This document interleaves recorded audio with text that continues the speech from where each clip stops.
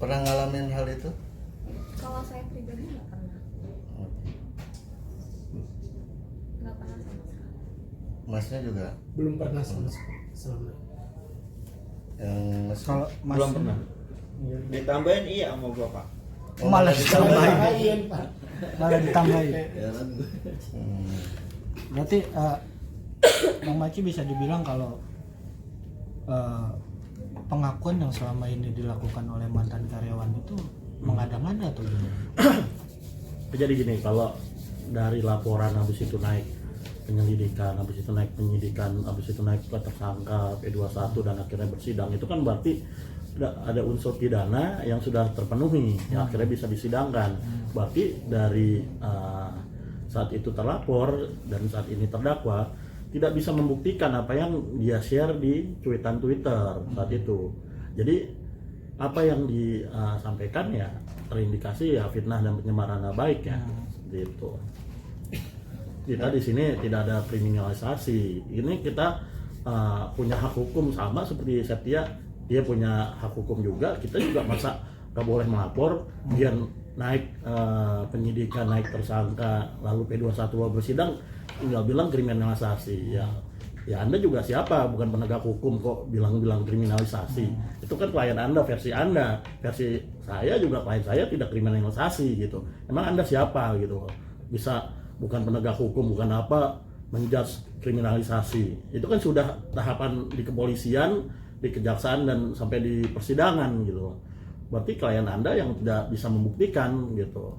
Jangan bilang kriminalisasi buruh. Bukan kriminalisasi buruh. Itu saat itu bukan sebagai pekerja lagi di sebagai karyawan PT Lima Sekawan ya.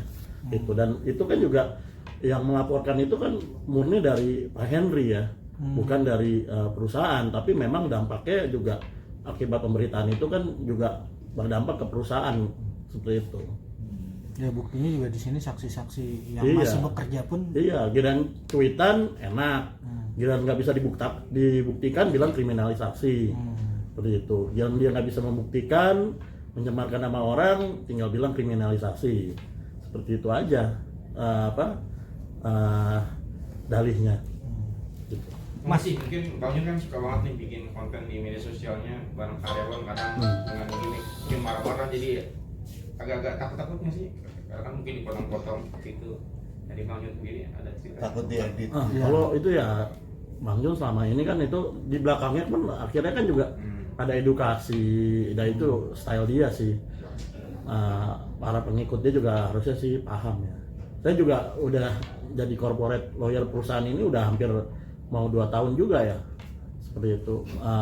Waktu itu diajak bekerja sama untuk mengawal di corporate lawyer perusahaan grup PT Lima Sekawan gitu.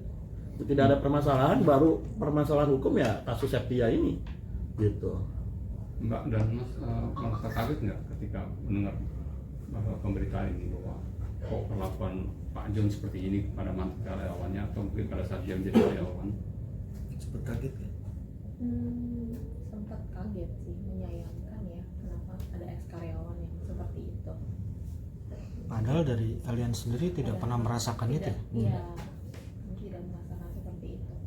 Oke, Mbak, reward apa sih selain di pekerjaan ya? Mungkin Bang John, Masnya juga selain yang tadi dibilang bantu duit untuk berobat gitu, atau malah ngasih motor lu rusak apa gimana udah dibenerin tanpa ada pinjam Ditawarin duit atau pinjaman. gimana Iya sih? benar ada ya. Oh, Ya pinjaman. ada pinjaman. Umroh. Oh umroh juga, umroh. Iya. Tadi beberapa karyawan orang tuanya sudah diumrohkan. Oh, Itu tiap tahun dilakukan atau per 6 bulan sekali? Tiap tahun ya Bang Haji ya. Ada kan tiap kalau tahun. umroh kan kapan aja ya? Iya, Iya. tiap tahun. Ada yang bekerja sudah lama atau yang Karena kinerjanya bagus. kinerjanya bagus, pasti ada ini ya. Ada reward ya? Reward, Reward. seperti itu. iya kan beberapa juga ada juga yang kadang mengutip kata-kata Bang Jod, jangan lama-lama kerja sama gue. Maksud arti kata jangan lama-lama itu apa sih kalau dari karyawan sendiri? Memotivasi. Memotivasi untuk lebih maju kah atau gimana? Ya sebagai bentuk memotivasi lebih maju, karena ini kan beliau ingin semuanya tuh sukses sebagai pengusaha. Tapi kalau belum bisa ya belajar dulu gitu. Artinya berarti Banyak motivasi kok. selain kalian kerja di sini mungkin ya, maaf ya, sebagai OB atau sebagai karyawan sendiri itu selalu dibantu untuk belajar satu hal bisnis berarti ya sama Bang Pasti. Jon. Kalau ngajarin motivasi untuk berbisnis, walaupun cara konten, ini TikTok semuanya apa, lu mau kayak gimana nolong orang tua di jalan, bikin konten kayak gitu, motivasi, lu harus punya usaha-usaha kecil-kecilan dulu. Tadi saya bantu nih di share sama bapak apa gimana usaha lu apa gitu. Malah maksudnya malah Ngajarin, terbuka, malah iya, ngajarin gitu, malah tidak motivasi mengekip gitu. Oh, nggak pernah ngejatuhin bapak tuh, lo harus gini, lu udah kerja 2 tahun, hasil lu apa, lo harusnya gini. Kalau mau konten kayak gua, konten yang berbobot, bantu orang tua di jalan nyebrang, itu kan nggak ada atau gimana kayak gitu. Kalau mau usaha bikin keripik dulu, bikin label, cara marketing keliling-keliling rumah. Kalau udah gede kan feedbacknya untuk kamu juga, untuk keluarga kamu juga. iya, berarti artinya Bang Jon ini sosok bos yang selalu banyak berkomunikasi dengan karyawan berarti. Banyakan nongkrong sama saya malah, Oh, ngopi bareng. tidak melihat strata berarti. Enggak, ya, duduk sebagai bos. bareng, duduk bareng. Oke, momen hari raya itu biasanya Bang Jon sendiri seperti apa sih, memberikan kayak semacam apa gitu? Tunjangan apa aja yang didapat Nggak ketika pernah telat kalau THR. Contohnya tahun kemarin Bu Peli ya, yang Imlek ya. Imlek dapat. Imlek Imlek. Angpau. Ampau, jatuhnya ampau. untuk semua karyawan. Iya, untuk semua. Ampau itu dapat semuanya. Jadi kalian setahun bisa 12 kali gaji lebih ya. Amin. Kalau masalah gaji sih saya bersyukur. Kalau masalah bonus-bonus kayak gitu, ya saya alamin pribadi saya. Bisa 2 kali naik gaji saya, bonus ini kayak 500 bisa masukin. Untuk kembali lagi untuk menegaskan Bang Maci, masalah UMR, kalau dari OB sendiri yang diterima itu gaji Gajian OB-nya pokoknya sebelah berapa? sini boleh Iya, yang ngomong. gaji pokoknya berapa, Mas? Kalau yang Kalau gaji pokoknya kan 51 sesuai Untuk UMR. OB? Iya. Terus Untuk OB? Iya. Terus per bulannya nyampe 8 juta 9 juta. Oh, itu by tip, reward dan segala macam. Iya, terus segala macam ini. Bisa mencapai 8 juta. Iya, 8 9. Kalau Mbak Peli sendiri sebagai yang udah 3 tahun, boleh tahu nominal ini untuk matahin kalau ternyata tidak UMR ya? Iya, kalau untuk Sudah jauh ya. iya jauh lah, saya di atas UMR. Dua digit. Iya. makanya betah ya. Iya, makanya besar. Ya begitu Bang Maci, berarti bahasa yang digaji di under UMR itu. Iya. Kemarin kan juga ada ahli juga dari Disnaker ya, Pak Suparwanto itu yang memeriksa dari Dewan Pengawas Disnaker Jakarta Selatan dihadirkan. Nah dia juga bersaksi juga kok tidak ada permasalahan juga dari PT Lima Sekawan yang itu kan yang diadukan oleh saudara terdakwa ya di Disnaker Jakarta Selatan, dan sudah ada anjurannya. Gitu. Dan ini tuh sebenarnya kasus ITE yang digeser seolah-olah kasus buruh yang dikriminalisasi. Sedangkan ini kasus ITE. Kita melaporkan pasal 310, 311, pasal 27 ayat 3 saat itu ya, dan juga pasal 36. Tapi dia menggeser itu seolah ini kasus ketenaga kerjaan, sehingga buruh yang dikriminalisasi untuk menarik simpati mungkin. Makanya di persidangan seolah-olah jaksa juga bilang, oh ini kan kasusnya ITE mas, bukannya kasus ketenaga kerjaan, itu ranahnya lain. Sedangkan pasal 27 ayat 3 Undang-Undang 19 2016 perubahan atas Undang-Undang 11 tahun 2008 berbunyi, setiap orang yang dengan sengaja dan tanpa hak mendistribusikan atau mentransmisikan atau membuat dapat mudah diakses sesuatu informasi elektronik atau dokumen elektronik yang berisi penghinaan dan pencemaran nama baik. Itu saat itu ancamannya 4 tahun penjara dan denda 750 juta rupiah, dan ada pasal 36 yang sampai 12 tahun. Ketika dia tidak bisa dibuktikan, ya berarti unsurnya terpenuhi dan sempat ditahan ya karena memang ada pasal 36-nya. Kok langsung bilang kriminalisasi lah ini, itu kan jaksa yang menahan gitu. Kita juga sebagai pelapor, sebagai sebagai rakyat biasa yang melaporkan ke penegak hukum, ya kita juga menyerahkan ke penegak hukum. Jadi seolah-olah digiring ada kriminalisasi atau apa.